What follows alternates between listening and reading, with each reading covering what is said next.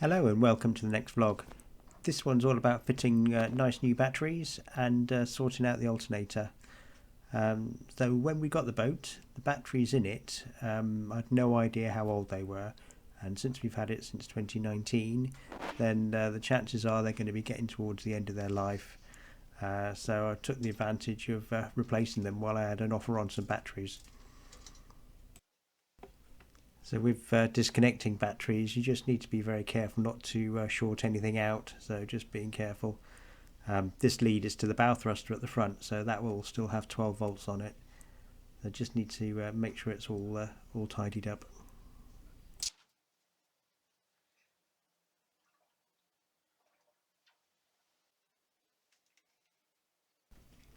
The main problem with replacing batteries is their sheer weight, something like 25, 28 kilograms each.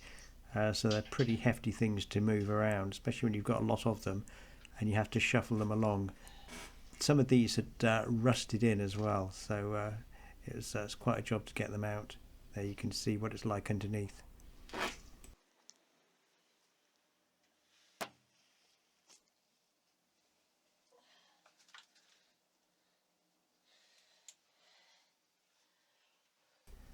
As ever with anything on a narrowboat, it's backbreaking as well. You find yourself working at odd angles.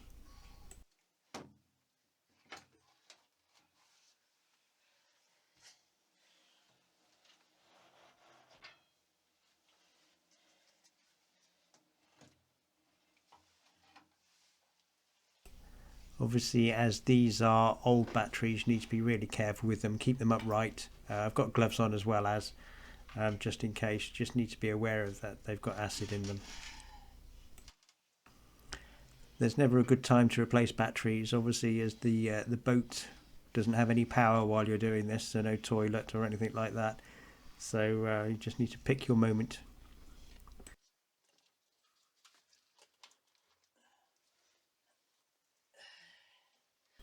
Also, when removing, you can see the bits that you haven't painted or treated, so you need to take the opportunity to sort that out as well, quickly. And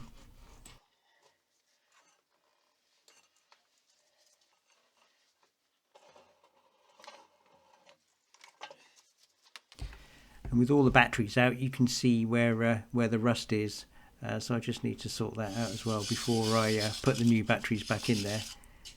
Don't have an awful lot of time because obviously you need to get power back and going, but I do need to treat it.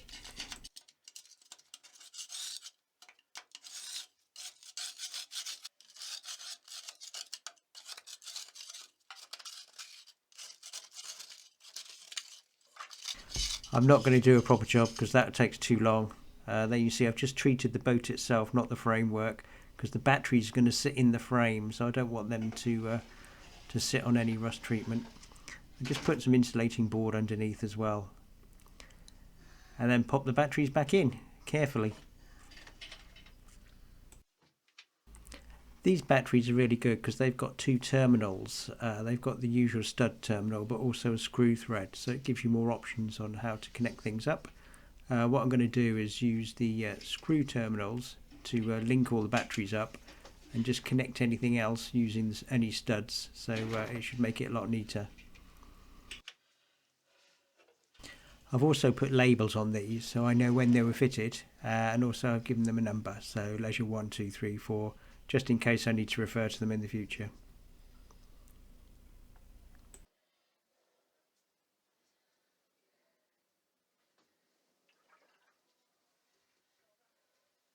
One of the most important things when fitting new batteries is they do actually physically fit the old ones, so you do need to take measurements carefully. These are slightly smaller than the other ones. They're a bit taller, but physically they're not as wide or as deep, so I've got a little bit more room to play with.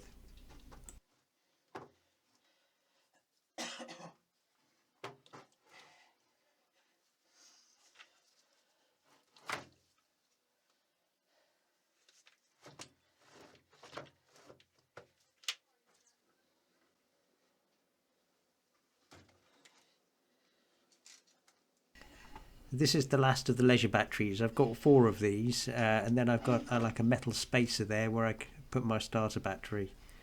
So I've got 5 in total.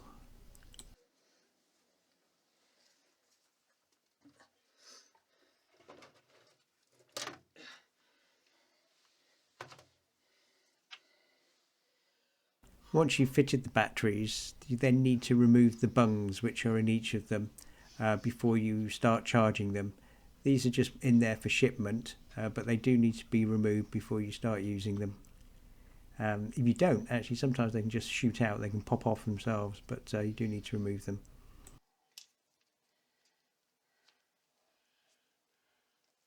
So that's them all fitted and all labelled, so I know when they were fitted. I'll also secure those later on. The other bit is the alternator, which started giving me problems. I noticed that while the engine was running, all of a sudden it wasn't charging. This is the starter alternator, so notice the red charge light was on. Notice the battery's 12 volts and nothing on the tachometer, so it's not charging at all. So needed to sort that out as well.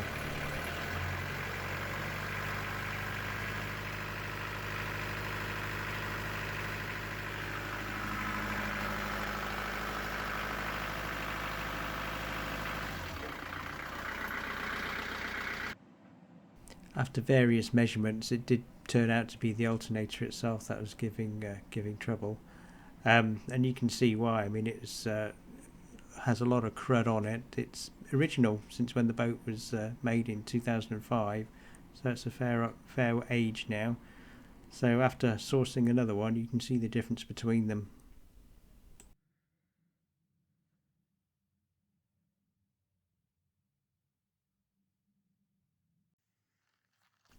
I also got a plug for the alternator as well. It's a 3-pin one, which gives you tachometer readings and that sort of thing as well.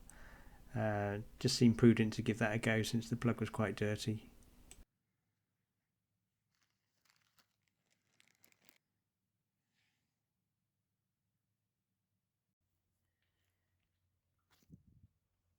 Whilst the alternator is out, having a look around, you can see how grubby it all is, so I was going to give that a bit of a spruce up as well before I put it back in.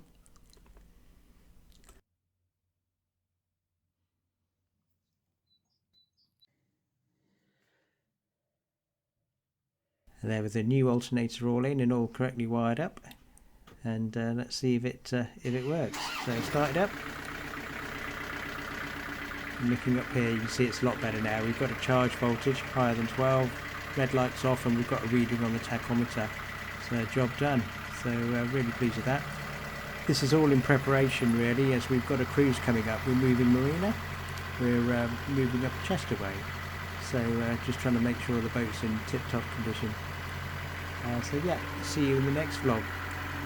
Thanks for watching, and we shall return shortly. Thank you.